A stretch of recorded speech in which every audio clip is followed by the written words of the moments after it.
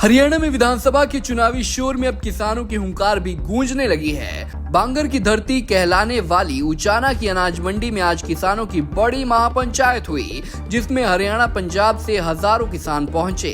किसानों की महापंचायत को देखते हुए पुलिस प्रशासन भी पूरे अलर्ट मोड पर था। चप्पे चप्पे पर फोर्स तैनात रही। किसान नेताओं ने महापंचायत के जरिए भाजपा सरकार में मिले जख्मों को याद दिलाया और कहा कि हम किसी भी पार्टी का समर्थन नहीं करते, मगर हरियाणा के किसान जब वोट देने जाएं तो उन्हें याद रखना होगा कि इसी भाजपा सरकार में किसानों और मजदूरों पर अत्याचार की इंतहा हुई है। पंचायत में पहुंचे किसान नेता जगजीत सिंह डल्लेवाल ने कहा कि चुनाव के बीच भी भाजपा सरकार किसानों पर जुल्म करना नहीं भूल रही। उन्होंने बताया कि सरकार उनकी महापंचायत नहीं होने देना चाहती थी, जिसके चलते सरकार द्वारा गुरुद्वारों पर लंगर न देने का दबाव बनाया गया ताकि किसान भूखे पेट ही रहे। आज की ये जो किसान महापंचायत हुई है, ये नहीं अकेली ये नहीं हुई। इससे पहले यूपी के अंदर भी 1 सितंबर को हुई थी। उससे पहले 27 और 28 की दक्षिण भारत के अंदर 2 बड़ी किसान महापंचायतें हुई हैं और आज ये है हरियाणा के अंदर किसान महापंचायत और 22 को फिर से हरियाणा के पिपली के अंदर फिर से किसान महापंचायत हो रही है। इसका हमारा पर्पज क्या है? हम ये चाहते हैं कि हमारा ये आंदोलन पूरे देश के अंदर पूरी ताकत से, क्योंकि ये डिमांड है जो ये केवल पंजाब और हरियाणा की नहीं है, ये डिमांड है पूरे देश की डिमांड है और पूरा देश इस आंदोलन के साथ जुड़े। और इसके लिए हम अलग अलग जगहों पर जाकर ये किसान महापंचायतें करते हुए अपने किसानों को जागृत करने का, इस आंदोलन के साथ जोड़ने का प्रयास कर रहे हैं और वो लगातार हम करते रहेंगे। और आपको मैं एक बात जरूर बता दूं, आज की जो ये किसान महापंचायत हुई है, इसमें जिस तरीके का व्यवहार हरियाणा की गवर्नमेंट की तरफ से किया गया, भाजपा सरकार की तरफ से हमारे साथ किया गया, वो अति शर्मनाक है और अति निंदनीय है। क्योंकि एक तरफ तो हमारे प्रधानमंत्री जी और इनके वक्ता अलग अलग स्टेजों पे ये बात कहते हैं कि ये तो सरकार ही किसानों की है, किसानों के हित की बातें करती है। वो बात मैं नहीं करता। जो इन्होंने आज तक किया वो तो अलग बात है। अगर उस पर अगर बात करेंगे तो कहीं पे भी कुछ नजर नहीं आएगा इनका किसानों के लिए कुछ किया। उल्टा किसानों के खिलाफ फैसले लिए गए। लेकिन आज हम यहाँ पे एक किसान महापंचायत ही करना चाह रहे थे और बिल्कुल पीसफुली होती है पंचायतें, तो इसमें किसी तरह का कोई हिंसा होने की कोई संभावना ही नहीं हो रहती 1% भी।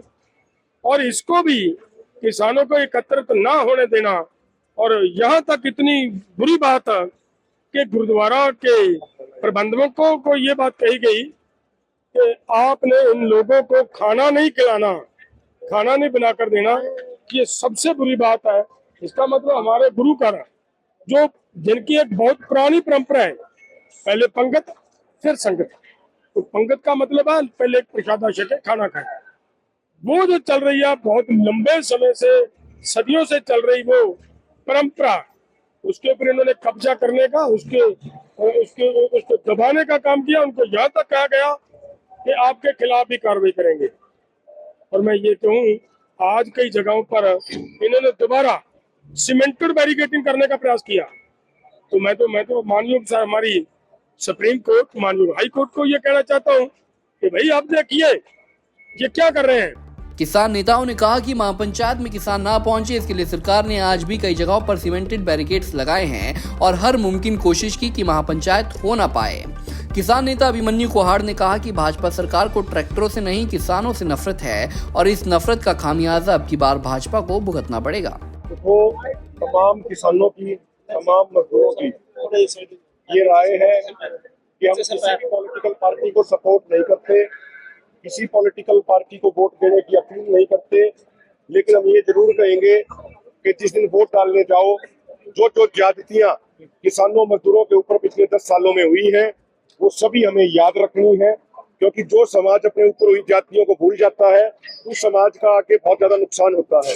किसानों के ऊपर जो 48,000 झूठे पर्चे पिछले आंदोलन में किए गए, इस आंदोलन में जो 5,000 झूठे मुकदमे किए गए, जिस तरीके से शुभकरण सिंह को शहीद इस आंदोलन में किया गया, प्रीतपाल की बोरी में बंद करके उसकी टांगे तोड़ी गई, इसके अलावा जिस तरीके से 433 भाइयों को घायल किया गया, ये सब हमें याद रखना है, अपने जहन में याद रखना है। ये काम भारतीय जनता पार्टी की ही सरकार ने किया है। जिस तरीके से आज एक तरफ तो हमारे माननीय सुप्रीम कोर्ट में हरियाणा की भाजपा सरकार कहती है कि हमें किसानों से दिक्कत नहीं है, वो बिना ट्रैक्टर ट्रॉली आ जाए।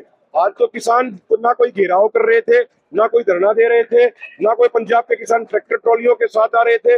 आज तो किसान शांतिपूर्ण तरीके से पंचायत करने आ रहे थे, लेकिन उनको भी रोका गया, बैरिकेडिंग करके, नोटिसें दे दे के लोगों को डराने धमकाने का प्रयास किया गया।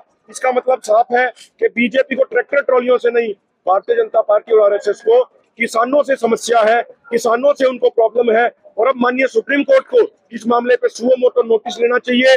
अगर हमारे देश में जो ये संवैधानिक संस्थाएं हैं अगर इंडिपेंडेंट बची हैं, तो मुझे लगता है कि इस मामले में कार्रवाई होनी चाहिए। अन्यथा हम ये मानने पर मजबूर होंगे कि भाई सबके ऊपर डायरेक्टली इनडायरेक्टली बीजेपी का ही कंट्रोल है, उसी तरीके से चल रही है।